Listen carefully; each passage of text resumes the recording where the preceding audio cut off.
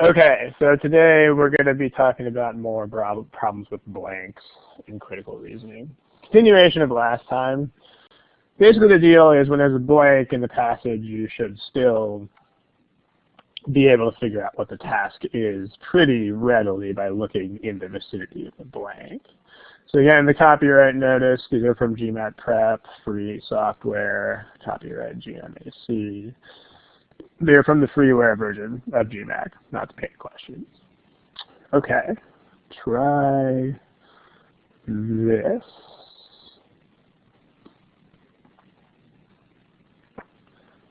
And remember where you find multiple choice answers.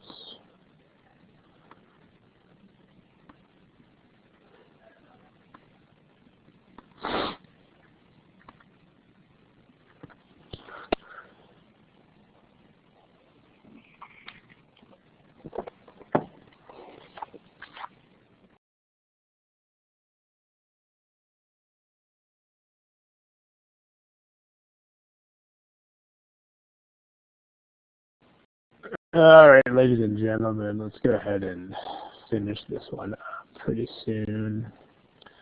For some reason, in the middle of the alphabet, if your name starts with K or M, that's most people who haven't answered yet, except for KN, who just put something. Remember, this is a test. I mean, I can't really force you guys to answer, but this is a test on which you have to respond to every question in order. Otherwise, you can't move on to the next question. So please pick a thing. All right. So let's take a look. The task here is you're trying to give a reason why something might be true. Notice this word alone here is enough to clue you into that. So the task here is like a strengthening question pretty much.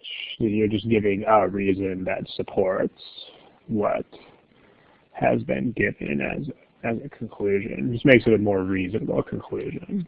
So we need additional evidence or additional reasons. Okay, so let's go ahead and take a look at what the passage says. Notice there's a word if here, which you need to pay close attention to that, but we'll get there in a sec. So what we have right now is that most of the solar power generators are in the US, but most of those are sent away to European countries. But there's manufacturers in Europe who are going to take away the European market from us. So that's basically the point that's there. Right, the new Euro manufacturers are poised to basically steal the European market from American companies. Okay, and then, so the government is trying to push the idea of solar power in the U.S.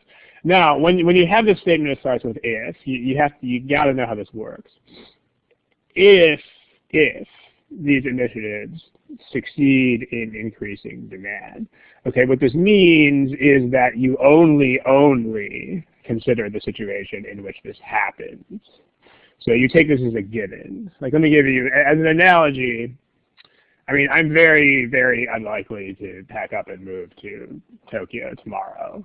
But if I say something like, if I move to Tokyo tomorrow, I'll stay with my friend so-and-so who lives there. I mean, if I say this, then no matter how likely or unlikely this is, it makes no difference. In other words,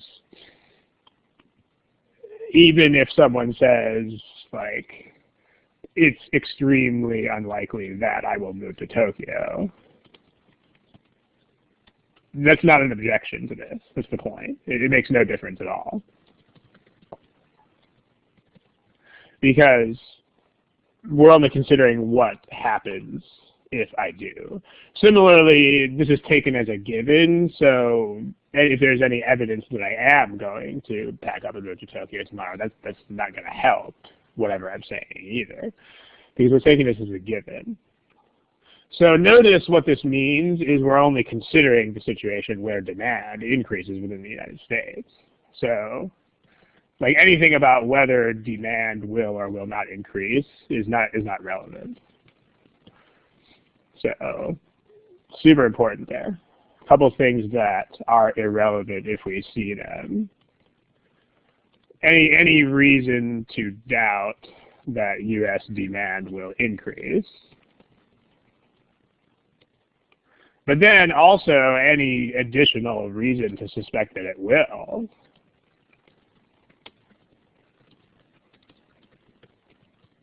So this is why, I mean, E is a very popular wrong answer in this question. A lot of people picked E, but this is why E is not right, because it doesn't really make any difference what the current size of the market is. Like, if the market is really big already, but demand increases, then that's fine. And if the market is currently really small and demand increases, then it's also fine.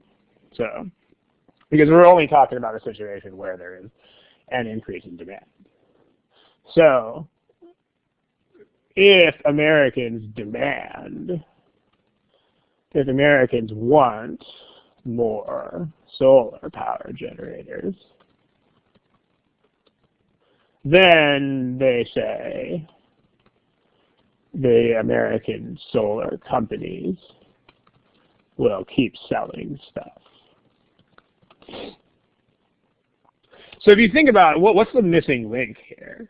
I mean, the missing link is not will demand go up or where is demand right now. That's not the point. The point is what? Like, what do we not know about the additional demand? I mean, think about the current situation. Think like symmetrically about this. Because right now, Europeans are buying a whole bunch of solar generators from America. So what might happen that we have to worry about if these European companies crop up and start producing this stuff? And what might happen with the American buyers?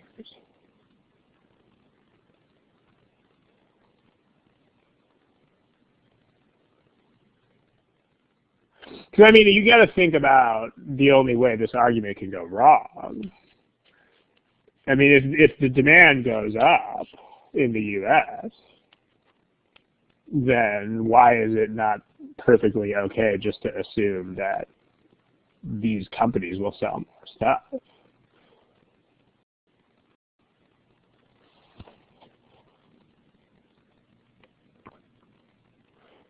Like, what's the link there? Greater demand. Yeah, see, that's the thing, right? Now that there's going to be these European solar companies, we don't know if Americans are going to start buying from them instead, right? So the way this argument works, the argument is just making this random connection from Americans want to, the increased demand means they're going to buy more. So they're going to buy more solar power generators. And then, so the argument says the American companies that make them are going to maintain revenues.